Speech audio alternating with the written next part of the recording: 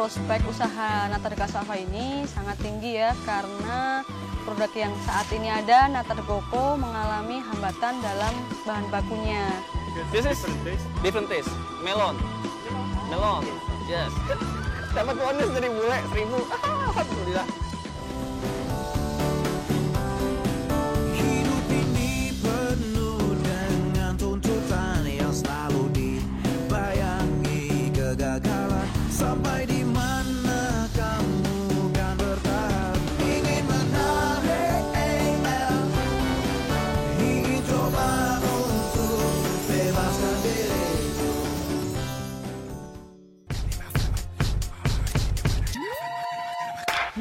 Sebentar lagi bulan Ramadan nih. Saya mau puas-puasin jalan-jalan dulu ah. Nanti bulan Ramadan mau husu ibadah. Hehehe. Haus. Hei, Mas. Es dawet 1, Mas. Dapat ya, Mas. Bentar ya. Ya, sip.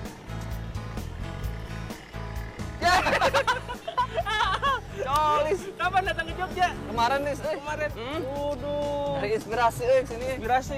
Wah, saya sekarang jualan ini, Al. Udah lama jualan ini.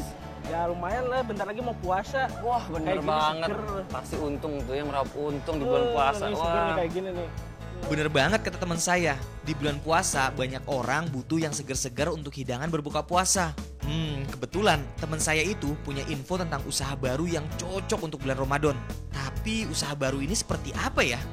Pasti aku tahu dari temen nih, katanya Iya? kamu punya usaha baru nih yang menjanjikan buat di bulan Ramadan. Iya. Ya, Jadi ya pokoknya tentang singkong lah. tentang singkong. Ah. Aku nih pengen belajar nih usaha. Boleh? Tapi Boleh. Capek nggak apa-apa ya? Nggak apa-apa capek. Siap, saya mah capek dia penanya siap. Oke, siap.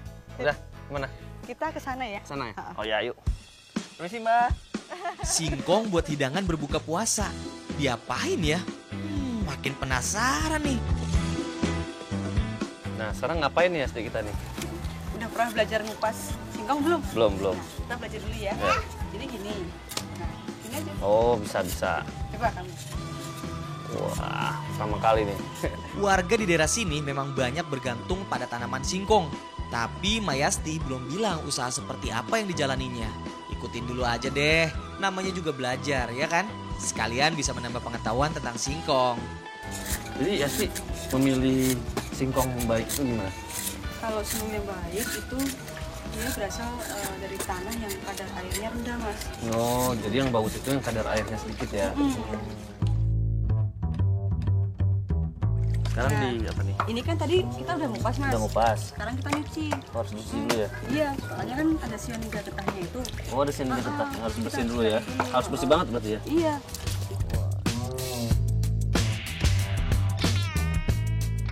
Tadi kan katanya mau belajar. Mau belajar. Tadi aku udah belajar ngupas, nyuci. cuci.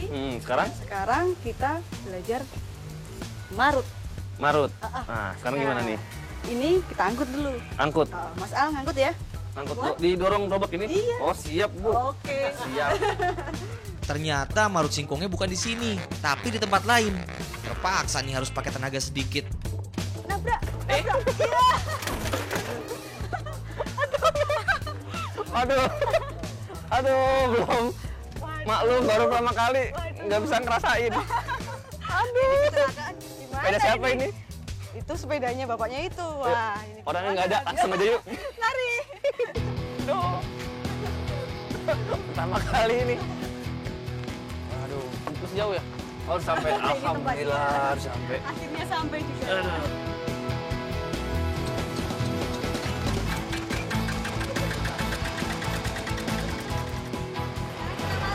Marut ya, giling. Gimana Pak? Bahaya kan nih? Apa? Apa? Yang banyak. Oh yang banyak? Yang banyak. Oh nggak boleh satu. Nanti Tangannya bahaya. banyak. Yang nggak banyak.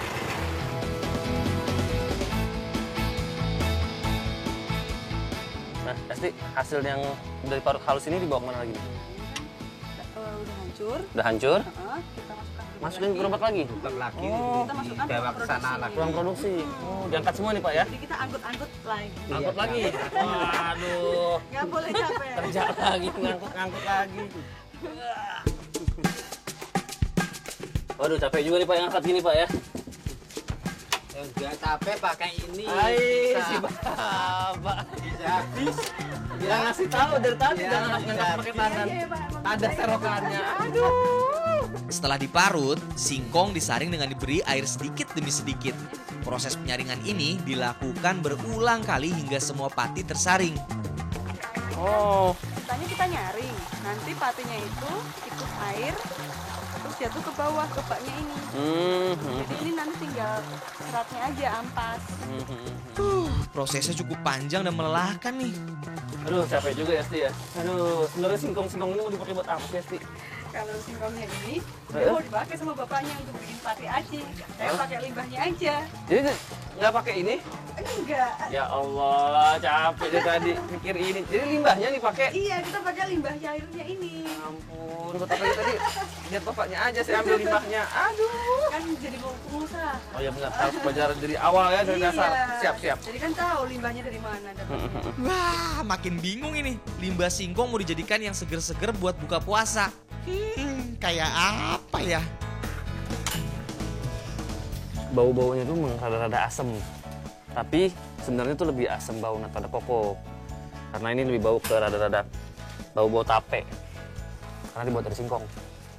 Ingin coba untuk bebaskan diriku.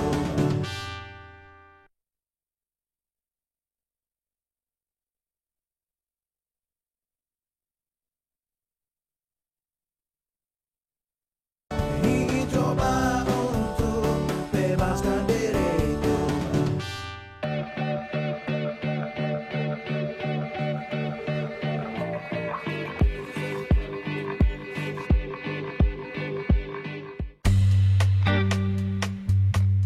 Limbah singkong yang sudah kita dapatkan tadi dibiarkan selama 24 jam. Ya, Hesti gimana? Nah, tadi kan setelah 1 hari kita endapkan, nanti pati ngendap, nah di atas itu air limbahnya. Air limbah yang tadi saya capek-capek kerja itu ya. Iya, Nah, ini ternyata limbahnya yang iya, kamu perluin ya. Iya, jadi Sebenarnya kamu nih produksi apa sih? produksi nata de cassava. Nata de cassava, saya mah taunya nata de coco. Iya, jadi cassava kalau orang Jawa manggilnya kespo. Nata de coco dari singkong. Iya, Wah. dari limbah yang tadinya cuma dibuang. Udah, saya makin gak sabar nih. Oke. Sekarang diapain? Ya, kita rebus ya. Rebus, ayo. Oke. Ini yang kata teman saya usaha yang menjanjikan untuk bulan Ramadan. Memang nggak salah karena nata de coco atau sari kelapa memang sering dijadikan hidangan buat berbuka puasa. Tetapi nata yang kita buat bukan dari air kelapa seperti nata de coco, melainkan dari limbah singkong.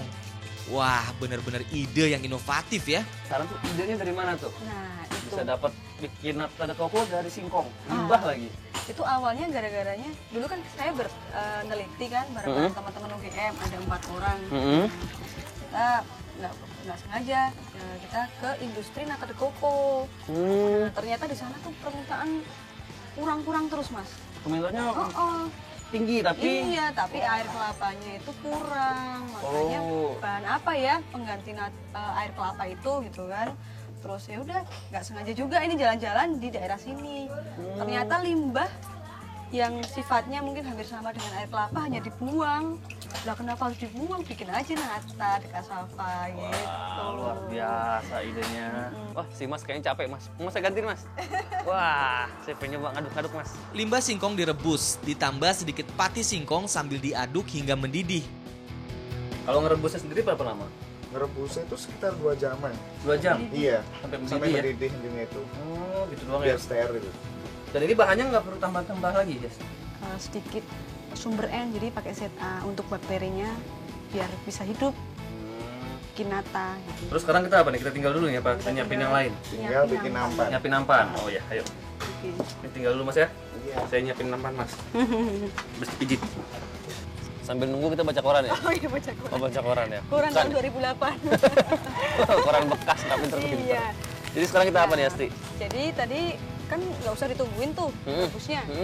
Kita sambil ngerebus buntel nampan, Buntel nampan. bungkus nampan. Nah, Asti, ini kenapa dibungkus dulu? Nanti nuangnya gimana? Nah, kenapa harus dibungkus? Soalnya ini kan kita harus steril. Jadi kita bungkus nutup dulu. Nanti kalau mau nuang di sampingnya itu kita buka. Oh gitu ya? Iya. Kenapa begitu? Soalnya biar nggak ada bakteri lain. Setelah mendidih, campuran tadi disaring kemudian direbus kembali. Kita nambah apa lagi nih, Asti? Nah, sekarang setelah udah mendidih, kita masukkan ZA.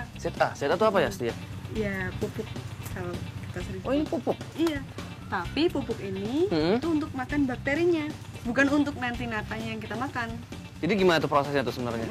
Jadi nanti itu bakteri itu seperti makhluk hidup. Jadi dia butuh makan. Betul, seperti energi.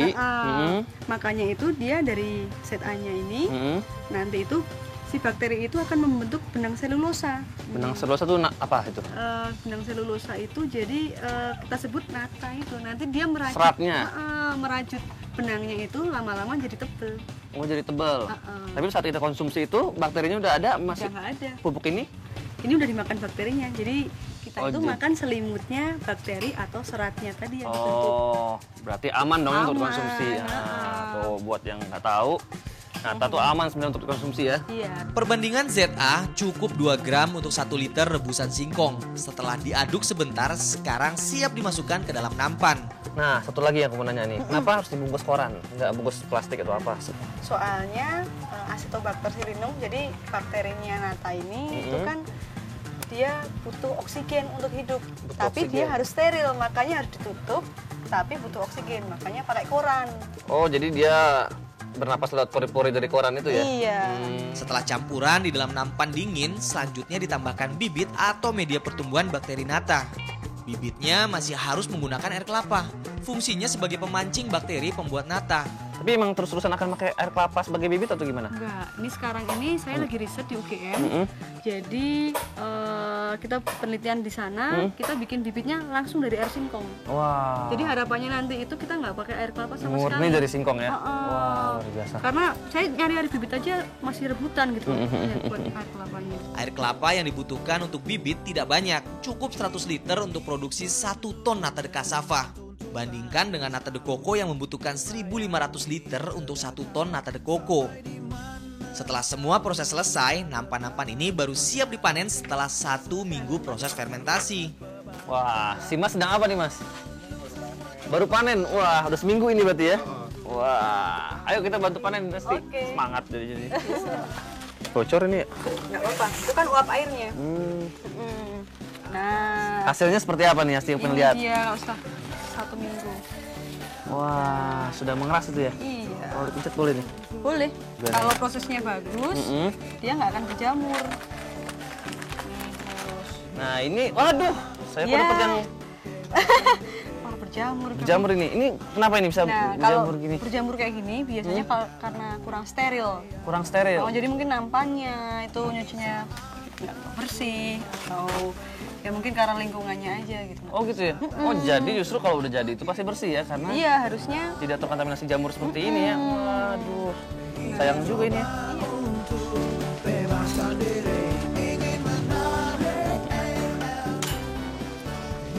Bau-baunya itu rada-rada asem. Tapi sebenarnya itu lebih asem bau nata de coco. Karena ini lebih bau ke rada-rada bau-bau tape. Karena dibuat dari singkong. Nata de cassava, nirah, sewu, gang 100. Ya, bisa lah, bahasa Jawa. This is different taste. Melon. Melon. Yes. You can try it. Ingin coba untuk bebaskan diriku.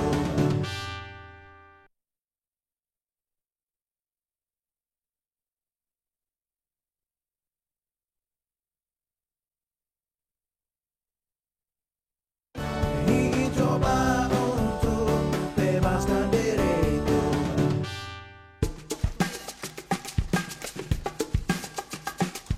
Nata de cassava yang sudah dipanen harus disimpan dalam rendaman air kurang lebih 1 hingga 3 malam. Oh, jadi seperti ini ya, Asti, ya, produk yang akan kamu buat ini ya? Iya, rencananya ke depannya gitu, Al. Rencana ke depan. Ini Iya. belum diproduksi? Belum. Oh, belum. Soalnya sekarang aja kita memenuhi permintaan yang lembaran aja masih kurang. Masih kurang. Hampir 20 ton seminggu.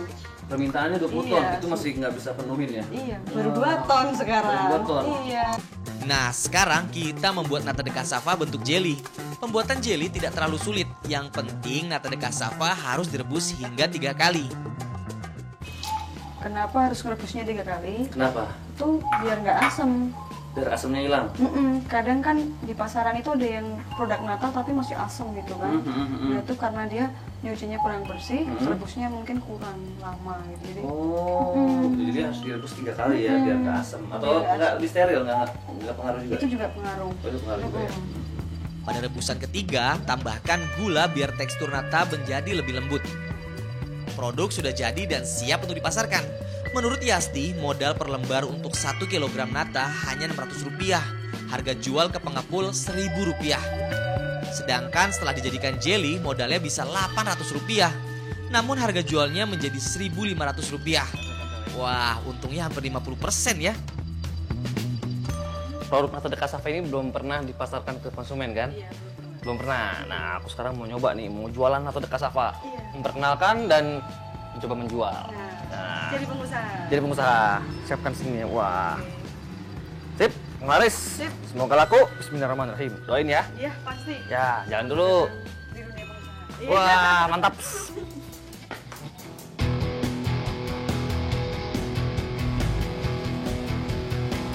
Lo badai jande diki nata de cassava mirah sewu gang 100 ya salah bahasa Jawa. Kulo nuwun bae kulo nuwun bae kulo nuwun badai jadi niki bae nata de cassava. Makasih bae. Oh, makasih kembali. Gagal. Good afternoon, Miss. I have this one new product, Miss. Miss? Sorry, Miss. Si Miss, sorry. Sorry katanya. Aduh, itu saya ngerti bahasa Inggris, sorry. Aduh, gagal terus nih. Tapi saya akan terus berusaha. Setiap orang pasti pernah mengalami yang namanya kegagalan. Tapi jadikan itu suatu pembelajaran. Jadikan itu suatu kekuatan agar kita bisa bangkit dan meraih masa depan yang lebih indah. Kulo nuwun, Bu. Ini, Bu, badainya Deniki nata de cassava. Apaan sih? Oh, orang Jawa ya? Ini nata de cassava, Bu. Nata de koko tapi dari singkong. Murah, Bu, cuma 1.500. Kalau beli 4, 5.000. Cobain dulu boleh, Bu? Cobain apa? Nyobi, sakit nyobi. Nyobi boleh, tapi 1.500. This is different taste. different taste. Melon. Melon. Yes. You can try it. Now I see. You can try it. I will do my best. It's very cheap, only 1.500 rupiah. Oh, that means we will make some discount then. Discount Promotion discount must be. promotion ya $1. Wah, jadi lebih mahal ya, Mister. Oh, $1. How much? Wah, saya juga boleh, Mister, kalau mau suapin. How's the taste? Quite bad. Okay. It's like Del Piero, ya? No. Oh, no. Filippo Inzaghi. Yes, Oh, yes, Filippo Inzaghi. Very new. Ya. But proper lah, Milano. Aduh, Bene, ma no, ke bahasa Itali, makin bingung dah. I think that they will deserve all 3,000. Huh? Oh, Okay. This is two. this is 2, yes. 2,000, 3,000. Because you're very kind. Wah, thank you, dapat bonus. You're welcome, Mister. Okay. Oke, Bye-bye. Mama Mia, ya. Dapat bonus dari bule 1.000. Alhamdulillah. Nata de cassava selain bisa menjadi pilihan hidangan berbuka puasa, makanan berserat tinggi ini juga bisa menjadi peluang usaha yang menjanjikan loh. Prospek usaha nata de cassava ini sangat tinggi ya karena produk yang saat ini ada, nata de coco, mengalami hambatan dalam bahan bakunya. Sedangkan nata de cassava ini bahan baku sangat melimpah gitu.